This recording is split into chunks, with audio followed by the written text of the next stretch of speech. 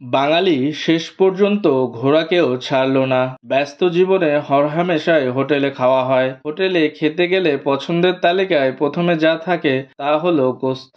আর সেটা যদি হয় গরুর, তবে তো কোনো কথাই চলে না। তবে এই গরুর গোস্তের নামে হোটেলগুলোতে আসলে কি বিক্রি করা হচ্ছে? কিছুকাল আগেও গরুর গোস্তের বদলে খেতে হয়েছে কত কি। ইদানিংকালে শোনা যাচ্ছে গরুর গোস্তের জায়গায় বিক্রি হচ্ছে ঘোড়ার গোস্ত।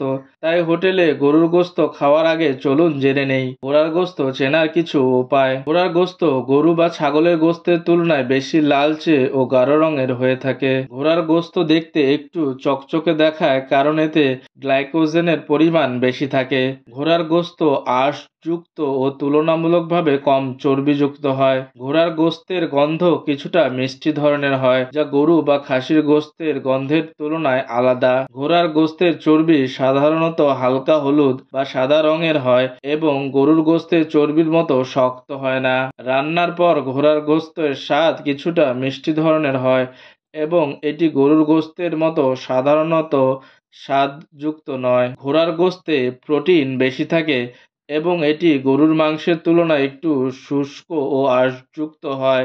কিছু ক্ষেত্রে ল্যাব টেস্ট করে নিশ্চিত করা যায়। পলিমারেজ চেইন রিঅ্যাকশন বা পিসিআর বা ডিএনএ টেস্ট করলে নির্দিষ্টভাবে ঘোড়ার মাংস প্রমাণ করা সম্ভব।